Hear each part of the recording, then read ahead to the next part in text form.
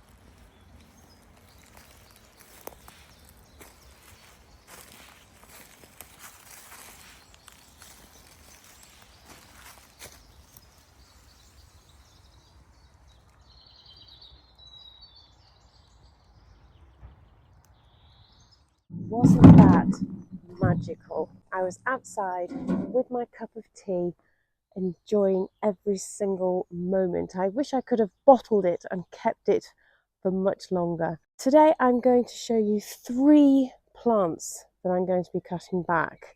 This one in particular, and this is called a Buddleia, or more commonly a butterfly bush. And I pollard this every year around this time of year. I know it's thrown out some new leaves, but it's ready to be cut back. I can't quite remember the actual name of this, but I do know the flower is absolutely beautiful. It is a very dark purple colour and holds on to its flower quite well. All I'm going to use is a pair of loppers, these, and I'm going to go straight in to about here, which is probably to the same height as what I cut it last year. I know it looks quite brutal, but it will stimulate new growth. But if we get a closer look, we can see there are new buds forming. And what I'm going to do is I'm going to just cut above those, and these will form the long new stems ready for this year. The other 2 plants I'm going to be tackling are the Sambuca, or Sambucus, which is right next to me here, and the other one is a fern. But I'm going to finish this one first, then I'll move on to the Sambuca and then the fern. That didn't take very long, and in no time at all we are going to get lots and lots of new growth. There is already, which I've left some sprouting, and just behind our wisteria seems to have come away from the wall a little bit and is encroaching into here, which is fine. It's all going to look very interesting in a few weeks' time.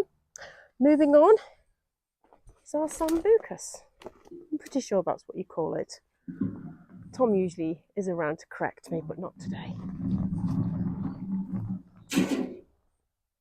Here it is.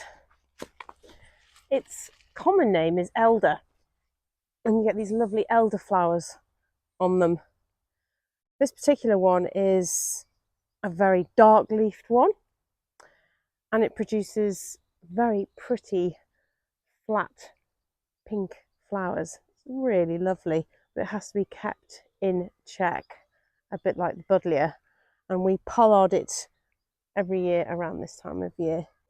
And if we look closely into the centre of the shrub, we can see previous years where we have been clipping it, and all I'm going to do is go right back to where we've clipped before, and then it'll just shoot from these stumps. And there's some more over here and just beyond. So this shouldn't take me too long. After I've cut back the elder, we're going to go straight over to the fern. Well, that didn't take too long. And while I was doing it, I could see there's loads of new growth coming along on here. And it's pretty amazing to see how, I mean, look at this, how tall. That is one season's growth. Look at that. It's amazing, isn't it? Incredible. But this next plant I'm going to cut back, which is a fern, doesn't get anywhere near as that tall. Here it is.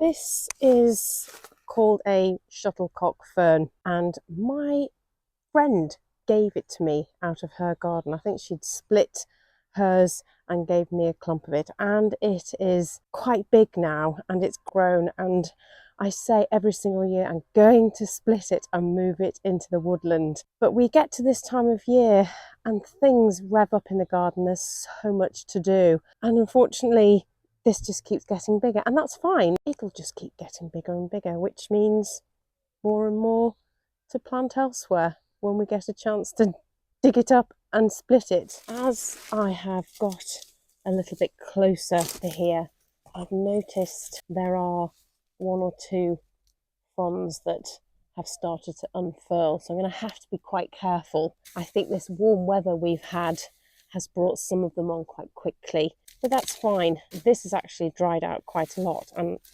I can pull some of it away, but any bits that I can't pull away, I'll just use my secateurs. Last year's leaves are fairly brittle now and will break and snap quite easily.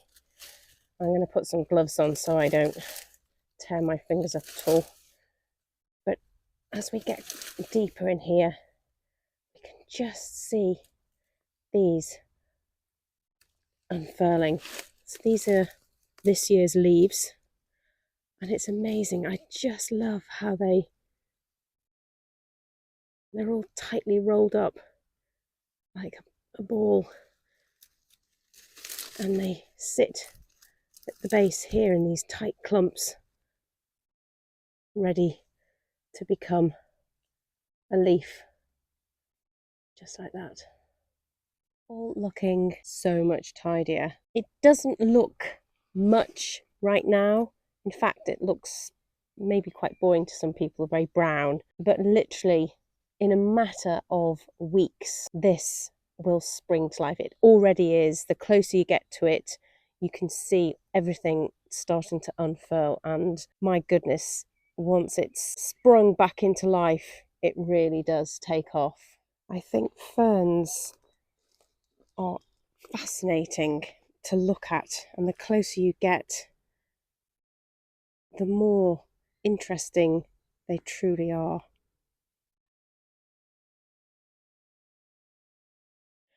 Wrapped in these tight bundles around a complete base, and they're all individually clumped around.